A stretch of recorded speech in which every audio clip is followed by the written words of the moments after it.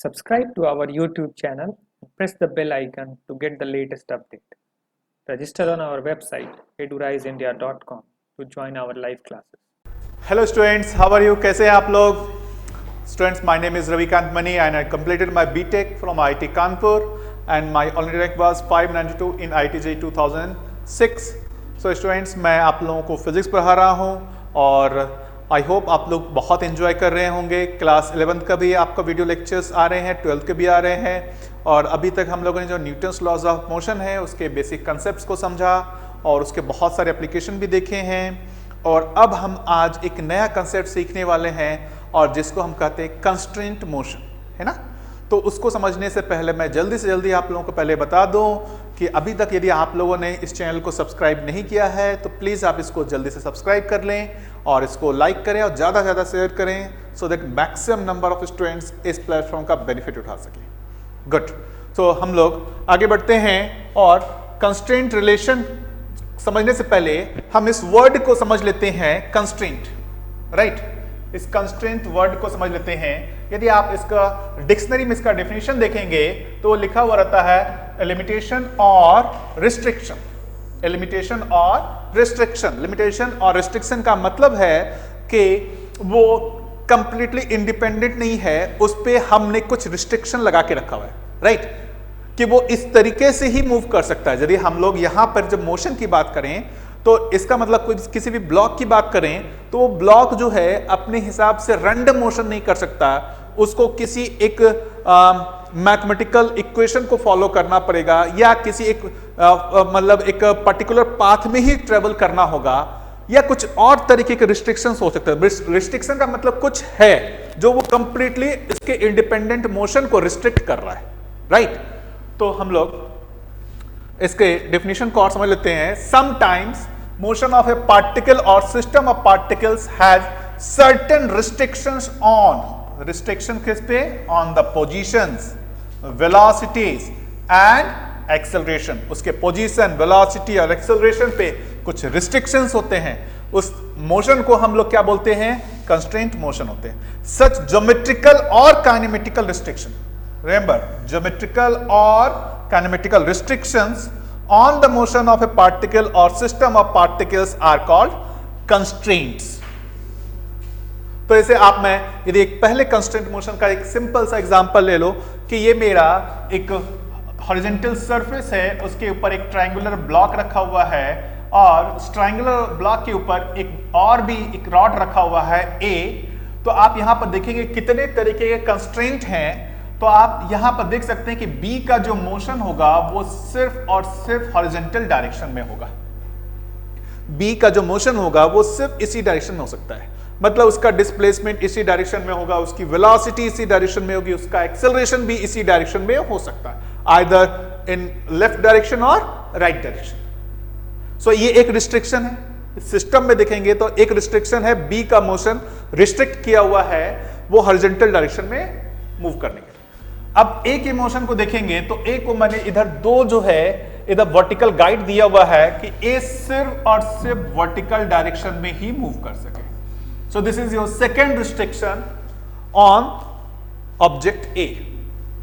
और एक तीसरा रिस्ट्रिक्शन भी है कि A और B का जो भी मोशन होगा वो इस तरीके से हो कि ये जो सरफेस है, A का जो सरफेस हुआ और जो B का सरफेस हुआ, उनके बीच हमेशा कांटेक्ट बना रहे, राइट। ये भी एक रिस्ट्रिक्शन है कि A वर्टिकल डायरेक्शन में उसकी वेलोसिटी अपनी इंडिपेंडेंट हो और B की हॉरिजॉन्टल डायरेक्शन में वेलोसिटी इंडिपेंडेंट हो, ऐसा नहीं होगा। A और B की जो वेलोसिटी होगी वो भी किसी तरीके से रिलेटेड होगा सो दैट इन दोनों के बीच का जो कांटेक्ट है वो कभी लूज ना हो। तो इस तरीके के जो भी जहां पर दो सरफेस कांटेक्ट में हो और उनके बीच कांटेक्ट लूज नहीं हो रहा हो और वहां पर जो हम कंस्ट्रेंट कहते हैं उसको हम लोग नाम देते हैं वेज कंस्ट्रेंट। जनरली इसको वेज कहा जाता है, इसलिए इसको नाम दे दिया वेज कंस्ट्रेंट, राइट। एंड एक दूसरा जो कंस्ट्रेंट का एग्जांपल लेते हैं कि ये A है और B है और यदि आप देखेंगे तो ये एक स्ट्रिंग है जो इस तरीके से ऐसा ऊपर इस पुली के ऊपर से जाते हुए इस तरीके से यहां पर जा करके फिक्स्ड हो गया, राइट। और हम लोग आगे चलकर देखेंगे कि स्ट्रिंग को हम लोग क्या मान रहे हैं, इनइलास्टिक मान रहे हैं, मतलब उसका लेंथ फिक्स्ड रहेगा, उसका लेंथ चेंज नहीं हो सकता है। तो इसका मोशन और इसका मोशन जो है कंप्लीटली इंडिपेंडेंट नहीं हो सकता। यदि ये 1 सेंटीमीटर से नीचे आता है तो ये कितने से ऊपर आएगा वो इस स्ट्रिंग के लेंथ से डिसाइड होगा, मतलब स्ट्रिंग का लेंथ कांस्टेंट रहेगा, उसके हिसाब से ही ये बी का मोशन होगा। तो ए और बी अगेन यहां पर कंप्लीटली इंडिपेंडेंटली मूव नहीं कर सकते, उनके बीच की जो वेलोसिटी है वो कुछ भी नहीं हो सकते। जैसे लेट्स से इसकी वेलोसिटी 5 मीटर पर सेकेंड है तो इसका 25, 35 ऐसा नहीं होगा। इन दोनों की वेलोसिटी और एक्सेलरेशन जो होंगे वो किसी एक मैथमेटिकल रिलेशन से रिलेटेड होंगे। तो जहां पर इस तरीके के कंस्ट्रेंट की बात हो रही है, जहां स्ट्रिंग का लेंथ कांस्टेंट रहना है, वैसे क्वेश्चंस को हम लोग स्ट्रिंग कंस्ट्रेंट बोलते हैं। सो हम लोग स्टार्ट करेंगे स्ट्रिंग कंस्ट्रेंट से, है ना, और फिर बाद में हम लोग वेज कंस्ट्रेंट पे आएंगे एंड देन उसके बाद ऐसे भी क्वेश्चन सॉल्व करेंगे जहां पर एक ही क्वेश्चन में स्ट्रिंग कंस्ट्रेंट और वेज कंस्ट्रेंट दोनों एक साथ यूज हो रहा हो। ठीक है, होपफुली आपको कंस्ट्रेंट मोशन क्या होता है समझ में आ रहा होगा। तो हम लोग स्टार्ट करते हैं स्ट्रिंग कंस्ट्रेंट से। Okay, so good. सो स्ट्रिंग कंस्ट्रेंट का क्या मतलब है? When 2 or more objects are connected through a string and if the string have the following properties. पहला प्रॉपर्टी क्या है? The length of the string remains constant. Remember, the length of the string remains constant. उसमें assumption क्या है कि string को हमने inextensible माना है. So if we represent length of the string by L, let us say मैं length of the string को L से represent करता हूं, then we can say कि L is constant and it does not change with time. It means we can say dL by dt is equals to 0 and d2L by dt2 will also be 0. So this is your mathematical statement of this. तो string का length constant रहेगा हमेशा। String का length constant होने का मतलब है dl by dt 0 होगा और d2l by dt2 भी 0 होगा। सो हम इस रिलेशन को यूज करेंगे जहां भी इंटरकनेक्टेड बॉडीज होंगे उसके रिलेशन को निकालने के लिए, उनके बीच के वेलोसिटीज का रिलेशन, एक्सेलरेशन का रिलेशन निकालने के लिए। उसमें साथ साथ एक और रिस्ट्रिक्शन हम लोग ये दे रहे हैं, वी आर एज्यूमिंग कि स्ट्रिंग इज ऑलवेज टॉट। हम ये नहीं मान रहे हैं कि स्ट्रिंग जो है स्लैक्ड है। स्ट्रिंग में यदि कुछ मतलब कुछ लूज है तो वहां पर ये रिलेशन वैलिड नहीं रहेगा। वहां पर जो हम इस तरह के कंस्ट्रेंट रिलेशन निकालेंगे वहां ये वैलिड नहीं रहेगा। उसका भी क्या है वो हम लोग देखेंगे। एक और इंपॉर्टेंट चीज, the parameters of the motion, velocity and acceleration of the object along the length of the string have a definite relation. अब along the length of the string का क्या मतलब है, इसको भी हम कुछ एग्जांपल्स लेकर के अभी देखेंगे, राइट। सो अभी हम लोग एक सिंपल सा एग्जांपल लेके देखते हैं। जैसे आप देखेंगे कि ये 4 kg और 2 kg वाला ब्लॉक ये इस स्ट्रिंग से कनेक्टेड है, राइट। और हम लोग ये एज्यूम कर रहे हैं कि ये स्ट्रिंग इनएक्सटेंसिबल है। इसका मतलब जितने से ये डिस्प्लेस होगा उतने से इसका भी डिस्प्लेसमेंट उतना ही होगा। मतलब सेम टाइम में इसका डिस्प्लेसमेंट x है तो इसका भी डिस्प्लेसमेंट x होगा। किसी एक पर्टिकुलर टाइम में यदि इसकी वेलोसिटी v है तो उस इंस्टेंट पे इसकी भी वेलोसिटी v होगी। उस इंस्टेंट पे यदि इसका एक्सेलरेशन a है तो इसका भी एक्सेलरेशन क्या होगा? a ही होगा, right. So this is your constraint relation between 2 kg and 4 kg कि दोनों का वेलोसिटी, एक्सेलरेशन, डिस्प्लेसमेंट होगा, सेम होगा। वही चीज अब हम यहां पर देख लेंगे। तो यहां पर भी ये एक स्ट्रिंग है, राइट, जो M1 और M2 को कनेक्ट कर रहा है। तो स्ट्रिंग यहां पर भी हम लोग एज्यूम कर रहे हैं इनएक्सटेंसिबल है। इसका मतलब यदि M2 का डिस्प्लेसमेंट किसी कुछ टाइम में x है तो M1 भी x से ही डिस्प्लेस होगा। यदि उसकी वेलोसिटी v है किसी पर्टिकुलर टाइम पे तो इसकी वेलोसिटी, सॉरी, इसका स्पीड v रहेगा, वेलोसिटी नहीं कह सकता हूं क्योंकि डायरेक्शन अलग है। और यदि इसका एक्सेलरेशन का मैग्नीट्यूड a है तो यहां भी इसका एक्सेलरेशन का मैग्नीट्यूड a होगा। So this is your simple string constraint relation. हम लोग इससे ज्यादा भी कॉम्प्लिकेटेड रिलेशन को देखेंगे, लेकिन आगे बढ़ने से पहले मैं अब आपको थोड़ा सा इसको कैसे मैं सॉल्व करने वाला हूं, तो मैं एक डिफरेंट कंसेप्ट को पहले डिस्कस कर लेता हूं, उसके बाद मैं वापस स्ट्रिंग कंस्ट्रेंट पे आऊंगा। सपोज करते हैं कि दो पर्सन हैं, let's say a person A and a person B, right. मैं इसको ए कहता हूं, इसको बी कहता हूं, एंड सपोज इन दोनों के बीच के जो डिस्टेंस है मैं उसको x से रिप्रेजेंट कर रहा हूं, उन दोनों के बीच के डिस्टेंस को मैं x से रिप्रेजेंट कर रहा हूं। एंड लेट अस अज्यूम कि a रेस्ट में है और b मूव कर रहा है vb वेलोसिटी से। तो स्टूडेंट्स, क्या मैं ऐसा बोल सकता हूं कि dx बाय dt की जो वैल्यू होगी that will be simply dvb, dx by dt की जो वैल्यू होगी वो vb होगी। यही चीज यदि यहां पे अगेन a रेस्ट में होता और b मूव कर रहा होता इस डायरेक्शन में vb वेलोसिटी से, a is at rest, right, then हमारे को dx बाई dt क्या लिखना चाहिए था? dx बाई dt लिखना चाहिए था माइनस vb। आपको यदि थोड़ा सा ध्यान में हो डिफरेंशिएशन का रिलेशन कि dx बाई dt क्या चीज को रिप्रेजेंट करता है? Rate of change of x with respect to t। So यदि x इंक्रीज हो रहा हो एज t इंक्रीजेस तो वो प्लस में होना चाहिए, और x डिक्रीज हो रहा हो एज t इंक्रीजेस तो वो माइनस में होना चाहिए। तो यहां पर आप देखेंगे कि vb जो है इसकी वेलोसिटी इससे अवे है, इसका मतलब टाइम इंक्रीज होने से x इंक्रीज होगा, इसलिए इसको प्लस vb लिखा। लेकिन इधर देखेंगे as t increases x decreases, इसलिए मैंने इसको क्या लिखा है? माइनस vb लिखा है। इसी की जगह मान लेते हैं हम लोग थर्ड रिलेशन लेते, जहां पर b रेस्ट में होता और a ट्रेवल कर रहा होता। ध्यान देते हैं, b रेस्ट में है और a ट्रेवल कर रहा है va वेलोसिटी से इस डायरेक्शन में, and b is at rest. तो स्टूडेंट्स, dx बाई dt हमारे को क्या लिखना चाहिए? अगेन फिर से मैं dx बाई dt बोलूंगा, माइनस va होगा। क्यों होगा? क्योंकि जैसे आप देखेंगे कि t इंक्रीज होगा, टाइम इंक्रीज होगा, तो ये x डिक्रीज होगा, इसलिए मैंने इसको क्या लिखा है? माइनस va लिखा है। और उसी की जगह यदि मेरा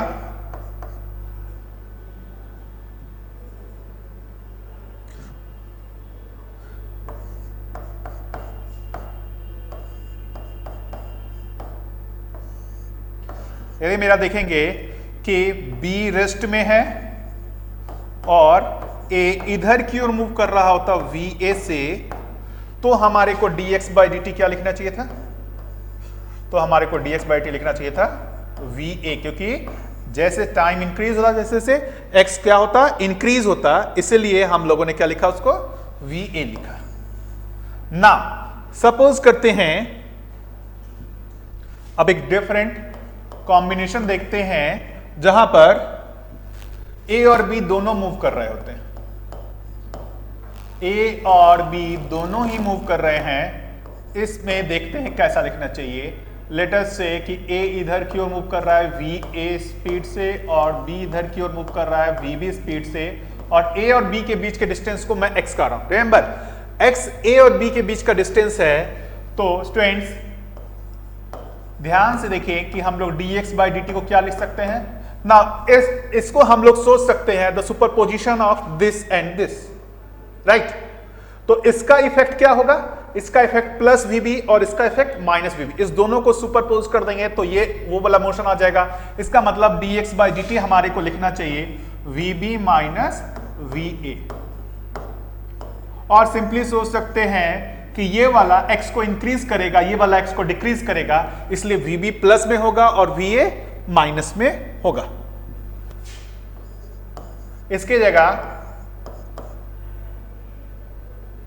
इसकी जगह मान लेते हैं हम लोग ऐसा रहता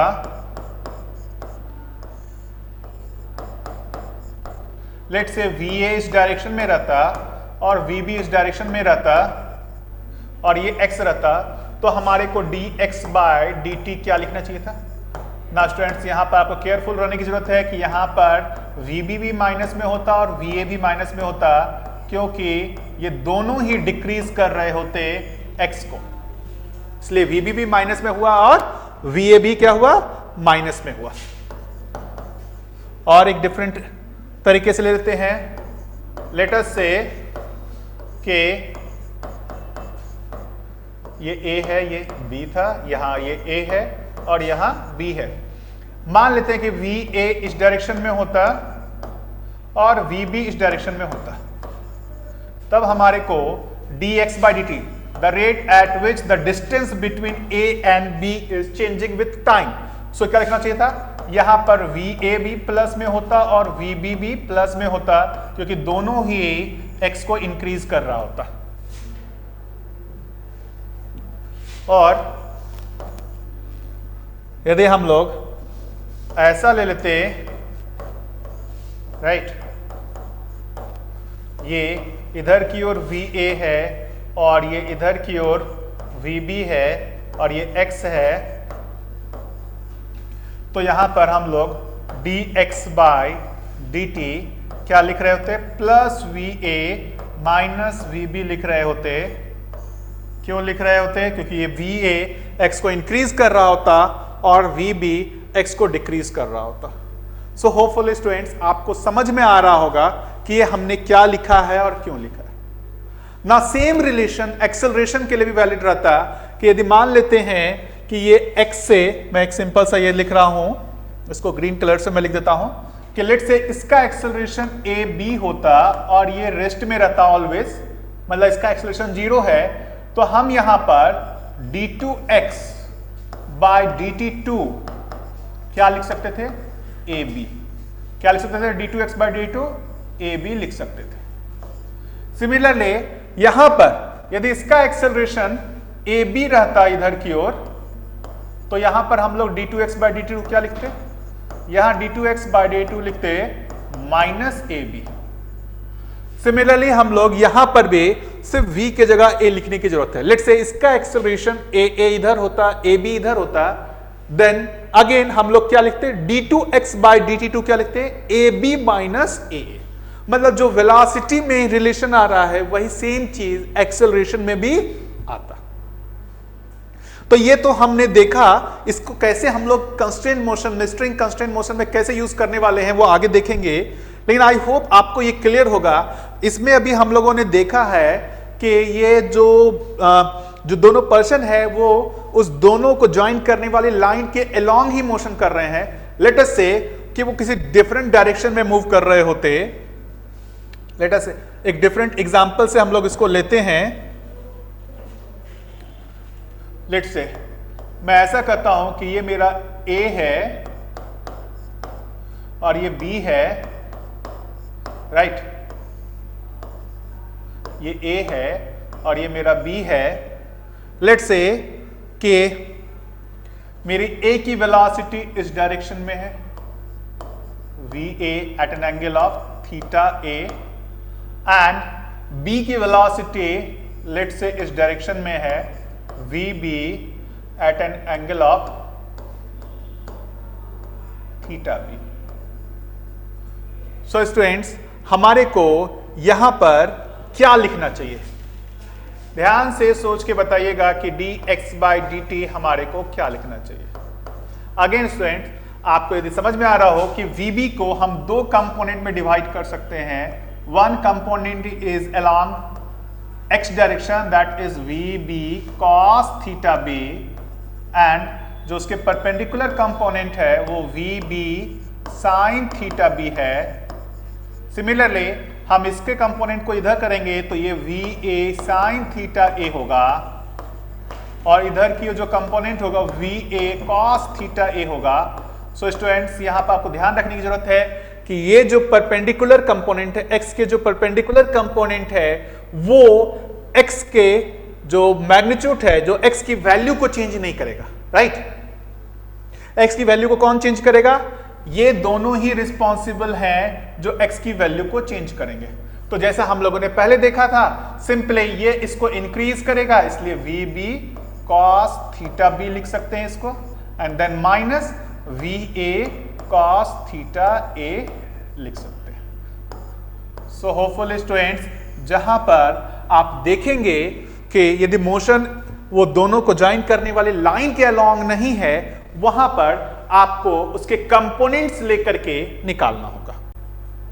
इसी तरीके से यदि ये इधर ना होकर इधर रहता तो इसका ये कंपोनेंट इधर आता तो ये भी माइनस में आता।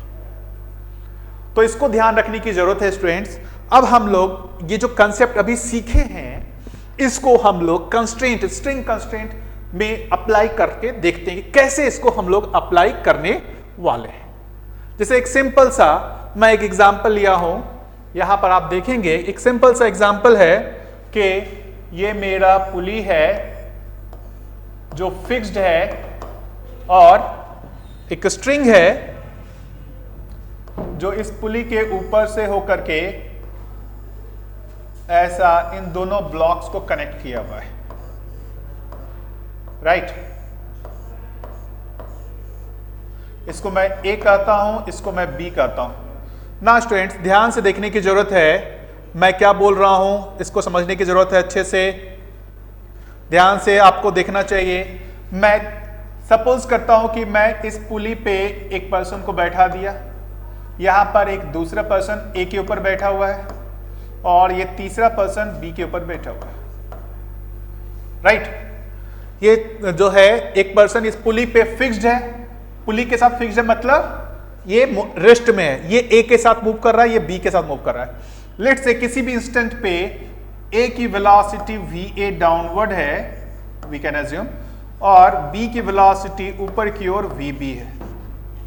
ओके, नाउ अब हमारे को एक कंसेप्ट यूज करना है, ध्यान दीजिएगा।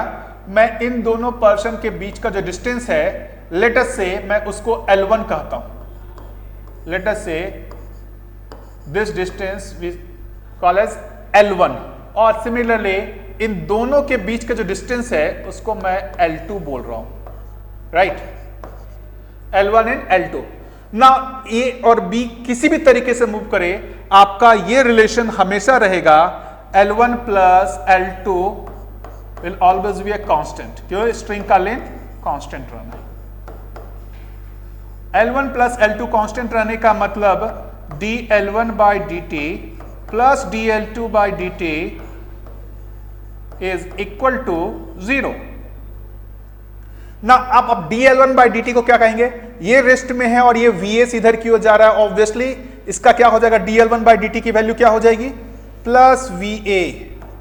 रिमेंबर अभी हमने जो कंसेप्ट सीखा था, ये रेस्ट में है और ये VA इससे दूर जा रहा है, तो dL1 बाई dt क्या होगा? प्लस VA होगा। सिमिलरली ये रेस्ट में है और ये ऊपर की ओर जा रहा है, तो dL2 बाई dt क्या हो जाएगा? Minus VB। So this will be equal to 0। This implies VA is equal to VB।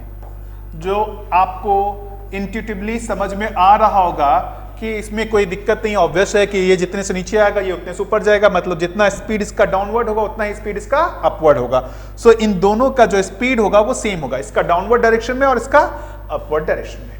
The same relation is valid for acceleration also. Means किसी भी इंस्टेंट पे A का जो एक्सेलरेशन डाउनवर्ड डायरेक्शन में होगा, B का एक्सेलरेशन उतना ही upward direction में होगा। आप इसको मोशन से समझ सकते हैं। आप यहां पर देखिए, इस मोशन को यदि देखें, स्ट्रिंग इज ऑलवेज टॉट, तो इसका मतलब ये देखिएगा जितने से ये नीचे आ रहा है उतने से ये ऊपर जा रहा है। अब मैं इसको देखो ध्यान से दिखाता हूं कि इसका जो इनिशियल पोजीशन, ध्यान से देखिएगा स्टूडेंट्स, इसका जो इनिशियल पोजीशन ये है, ये देखिए फाइनली उसी पोजीशन पे आ रहा है, और जो इसका इनिशियल पोजीशन है मैं उसको देख लेता हूं, ऐसा था, देखिएगा फाइनली यहां पर, राइट। आप देख रहे हैं कि ये यहां से यहां आया तो ये यहां से उसके पोजीशन पर चला गया। स्ट्रिंग का लेंथ कांस्टेंट रहेगा। तो मैंने एक सिंपल जो क्वेश्चन में इस कंसेप्ट को लगा के दिखाया, और ये कंसेप्ट कितना भी कॉम्प्लिकेटेड सिस्टम क्यों ना हो वहां पर ये अप्लाई हो जाता है।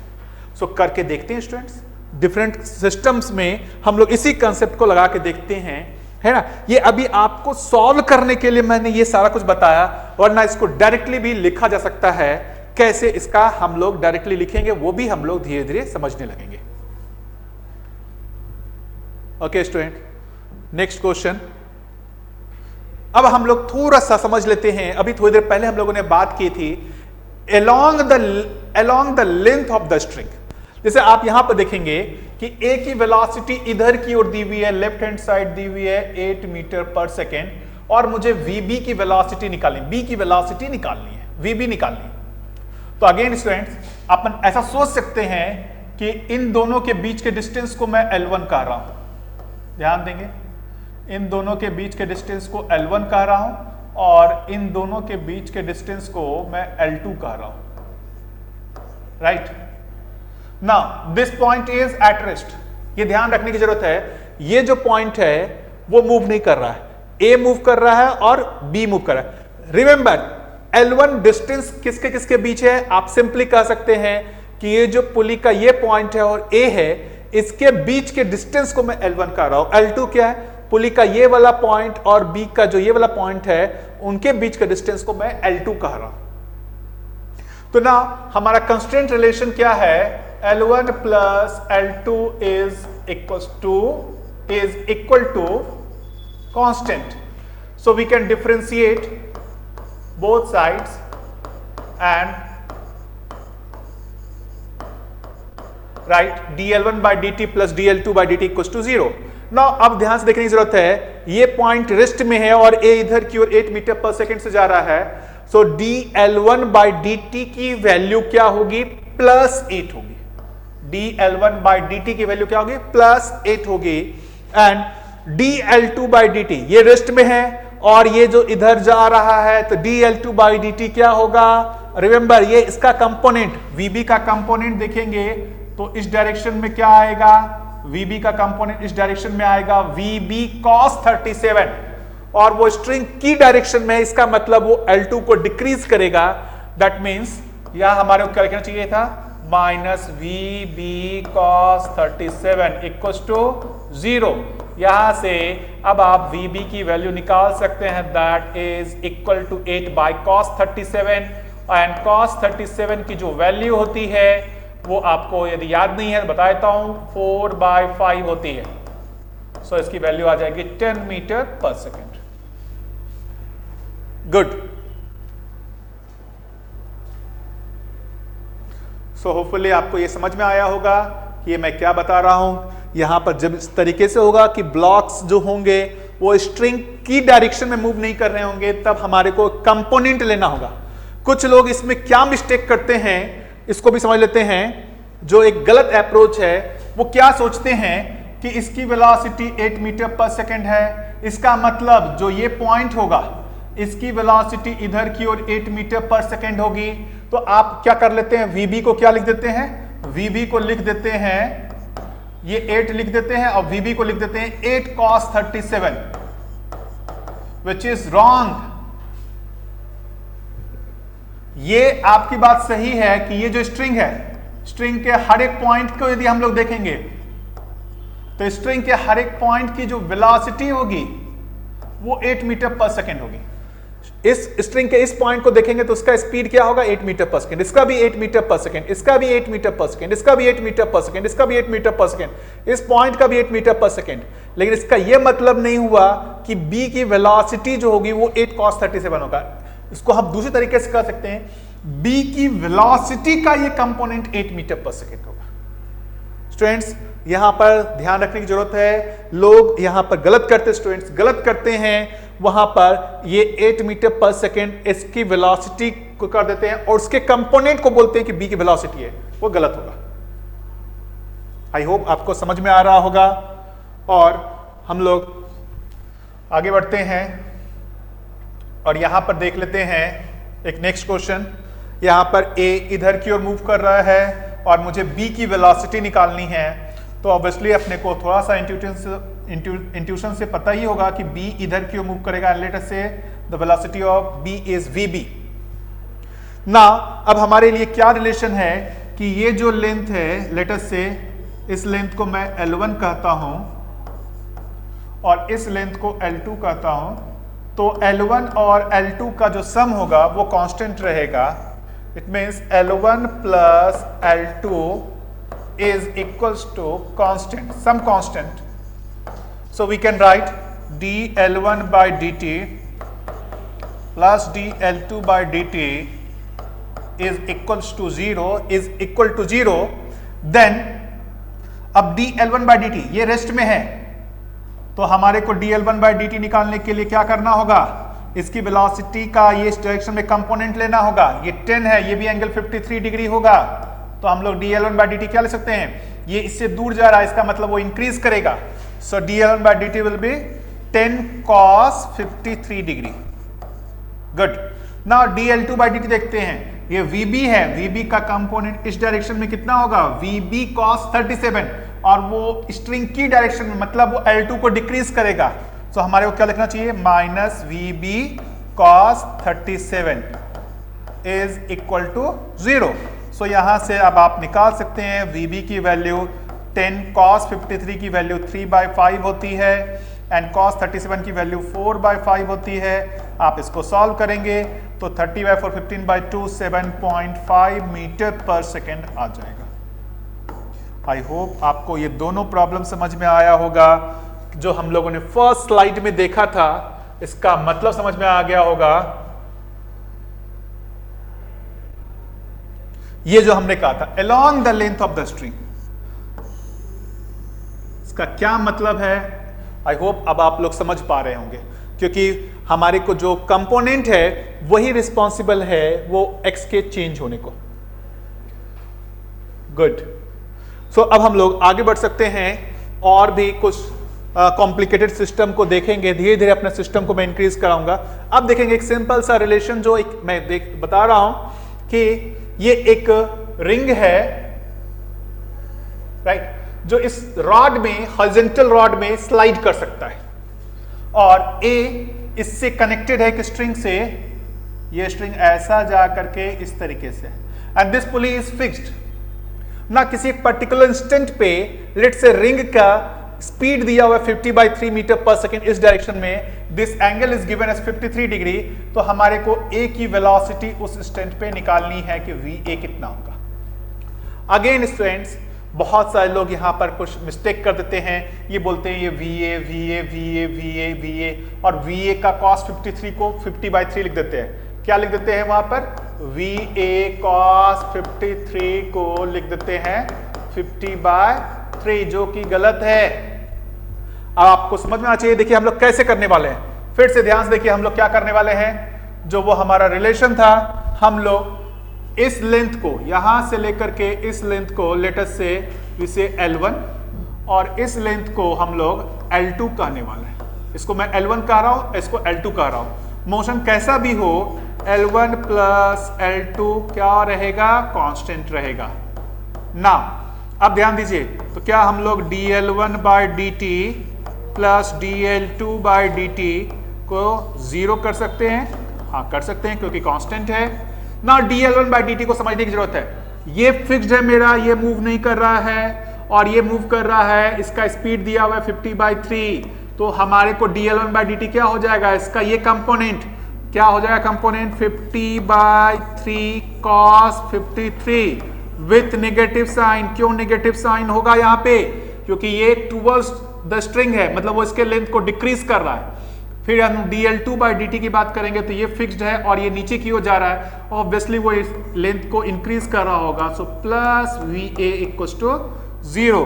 सो यहाँ से VA की जो वैल्यू आ जाएगी 50/3, cos 53 की वैल्यू 3/5 होती है, यहां से आ जाएगा 10 metre per second. So I hope आपको समझ में आया होगा। मैं आपको इसका एनिमेशन भी दिखाता हूं, देखिए आप इसको विजुलाइज कर पाएंगे कि मोशन कैसा हो रहा है। राइट, देखिए ये इधर जा रहा है, उसके अकॉर्डिंगली इसकी वेलोसिटी है। सो ये हमेशा चेंज होगा। ये देखिए थीटा चेंज हो रहा है, ये इस इंस्टेंट पे देख रहे हैं, ये एंगल भी चेंज हो रहा है। तो किसी भी पर्टिकुलर इंस्टेंट पे बात करेंगे तो जो इसकी वेलोसिटी होगी और उस समय जो एंगल होगा v cos थीटा, वो इसकी वेलोसिटी होगी। किसी भी टाइम पे, लेट्स से किसी पर्टिकुलर टाइम पे इसकी वेलोसिटी v है और ये एंगल, इसके और इसके बीच का एंगल थीटा है, तो इसका जो कंपोनेंट होगा v cos थीटा, वो इसकी वेलोसिटी हो जाएगी डाउनवर्ड डायरेक्शन में। क्योंकि जो इसका जो देखिए ये लेंथ डिक्रीज हो रहा है और ये लेंथ इंक्रीज हो रहा है। ये लेंथ डिक्रीज हो रहा है किस रेट से, तो अब आप इंस्टेंटेनियस रेट की बात कर रहे हैं, इंस्टेंटेनियस जो है रेट ऑफ चेंज की बात कर रहे हैं, तो उस इंस्टेंट पे इसकी वेलोसिटी और ये एंगल से वो डिसाइड होगा। जैसे इस पर्टिकुलर इंस्टेंट पे ये एंगल 53 डिग्री दिया हुआ है और इसकी वेलोसिटी 50/3 दी हुई है, तो उस पर्टिकुलर इंस्टेंट पे dl1/dt की वैल्यू मैंने -50/3 cos 53 लिखी है। जैसे जैसे ये एंगल चेंज होगा तो ये भी एंगल चेंज होगा। सो ये आपको ध्यान में रखना है। सो आई होप आप समझ पा रहे होंगे ये माइनस लिखने का रीजन क्या है, क्योंकि आपको ये अब दिख रहा होगा कि as t increases this length is decreasing, तो ये लेंथ डिक्रीज हो रहा है इसलिए इसको माइनस में लिखा हूं मैं, और जैसे से t इंक्रीज हो रहा है ये लेंथ इंक्रीज हो रहा है इसलिए मैंने इसको प्लस में लिखा है। गुड, आगे हम लोग मूव करते हैं। अब यहां पर भी एक सिस्टम है। अब आप इसको कह सकते हैं कि लेटर से ये मेरा A है, ये मेरा A है और ये मेरा B है। A इधर की ओर मूव कर रहा है। लेटर से किसी एक पर्टिकुलर इंस्टेंट पे इसका वेलोसिटी VA इस डायरेक्शन में है और उस इंस्टेंट पे वेलोसिटी B की ऊपर की ओर है VB। ना अब हमारे लिए कंस्टेंट रिलेशन क्या होगा, ये जो यहां से यहां के बीच का डिस्टेंस है लेटर से उसको L1 कहता हूं और यहां से यहां के बीच के डिस्टेंस को L2 कहता हूं, तो मैं कह सकता हूं कि L1 plus L2 equals to constant.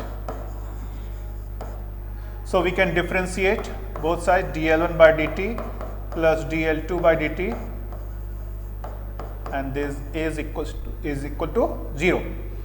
ना अब हम लोग dl1/dt कैसे निकालेंगे, उसके लिए हमारे को इसकी वेलोसिटी का कंपोनेंट किस डायरेक्शन में लेना होगा, स्ट्रिंग की डायरेक्शन में। रिमेंबर स्ट्रिंग की डायरेक्शन में मतलब ये डायरेक्शन में, एंड लेट अस से कि दिस एंगल इज थीटा। तो dl1/dt में क्या लिखूंगा मैं, प्लस VA cos थीटा, और dl2/dt क्या लिखूंगा मैं, minus VB। This is equal to 0. Now from here the relation between VA and VB is this, VA cos theta is equal to VB। इसके मोशन को एनालाइज करते हैं, ध्यान से देखिए। राइट, ये इधर नीचे आ रहा है, ये ऊपर जा रहा है, ये लेंथ इंक्रीज हो रहा है, ये लेंथ डिक्रीज हो रहा है, वो इंक्रीज हो रहा है इसलिए वो प्लस में है, वो डिक्रीज हो रहा है इसलिए माइनस में है, और इसका जो स्पीड, ये जो लेंथ के चेंज होने का जो रेट है वो इसकी वेलोसिटी का जो ये कंपोनेंट होगा, रिमेंबर इसकी वेलोसिटी का स्ट्रिंग की डायरेक्शन में जो कंपोनेंट होगा उससे डिसाइड होगा। इसकी वेलोसिटी का किसी भी टाइम इंस्टेंट पे बात करेंगे तो जो इसकी वेलोसिटी होगी उसका कंपोनेंट स्ट्रिंग की डायरेक्शन में जो होगा उससे वो इसका रेट ऑफ चेंज डिसाइड होगा। सो आई होप आप समझ पा रहे होंगे कि मैं कब किस टाइम पे कैसे कंपोनेंट लेना है, स्ट्रिंग की डायरेक्शन में कंपोनेंट लेना है और उसको सॉल्व करना है। गुड, नेक्स्ट क्वेश्चन पे मूव करते हैं। अभी तक हम लोगों ने जितना भी देखा था उसमें पुली फिक्स था, अब हम लोग पुली को भी मूव करा देते हैं।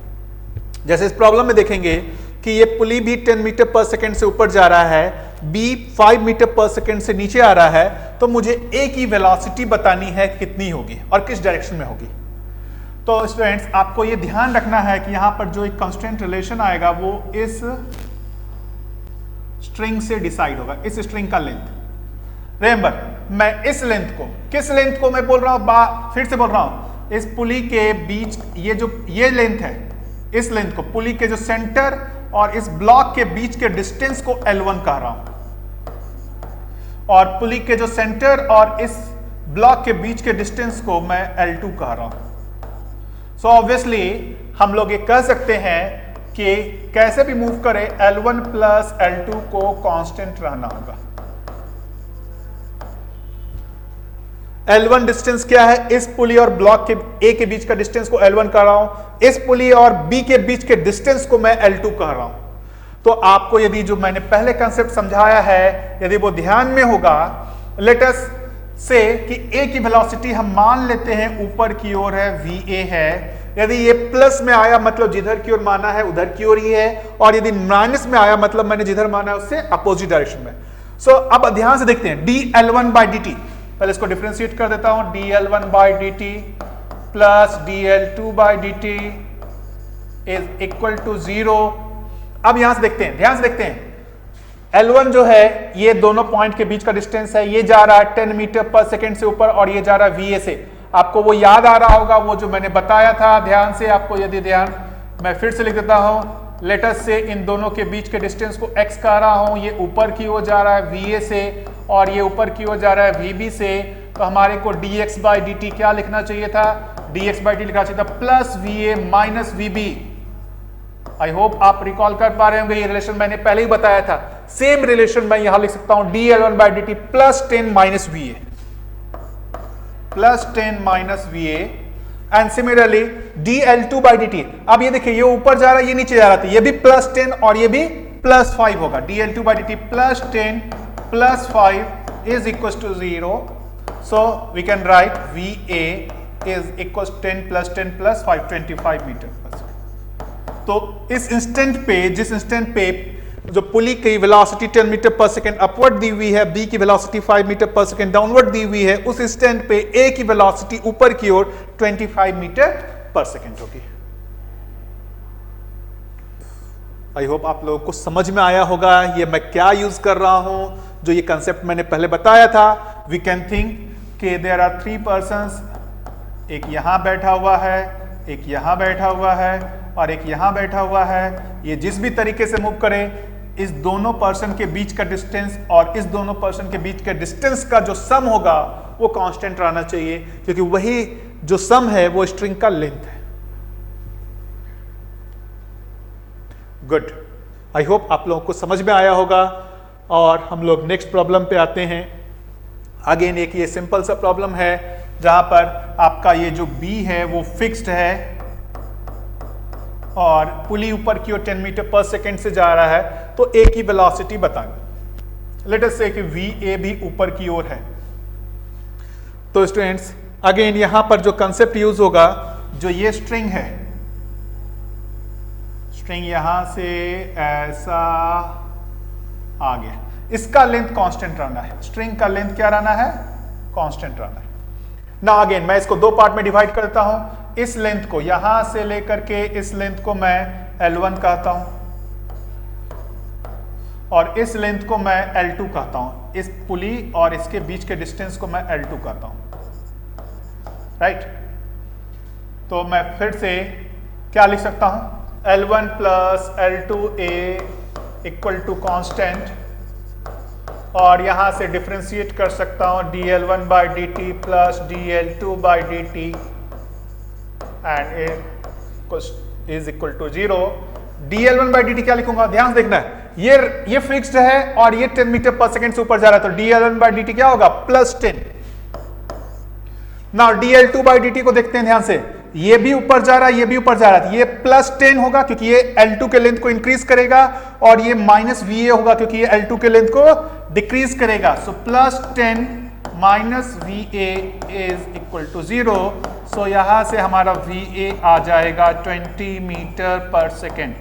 गुड, होपफुली आपको समझ में आ रहा होगा कैसे हम उस रिलेशन को निकाल रहे हैं। हम L1 L2 जो भी कर रहे हैं, क्या बोल रहे हैं, इसके बीच के डिस्टेंस को L1 कह रहा हूं, इसके और इसके बीच के डिस्टेंस को L2 कह रहा हूं। जैसे भी मोशन हो, L1 और L2 का जो सम होगा वो कांस्टेंट रहेगा। फिर इसको डिफरेंशिएट करके ऐसा निकाल रहे हैं। Exactly same relation is also valid for acceleration. Let's say कि इस पुली का एक्सेलरेशन किसी टाइम पे 10 मीटर पर सेकेंड स्क्वायर दिया रहा था, उस इंस्टेंट पे A का एक्सेलरेशन ऊपर की ओर 20 मीटर पर सेकेंड स्क्वायर। तो जो रिलेशन हम लोग वेलोसिटी के लिए निकाल रहे हैं, वही सेम रिलेशन एक्सेलरेशन के लिए भी वैलिड हो जाता है।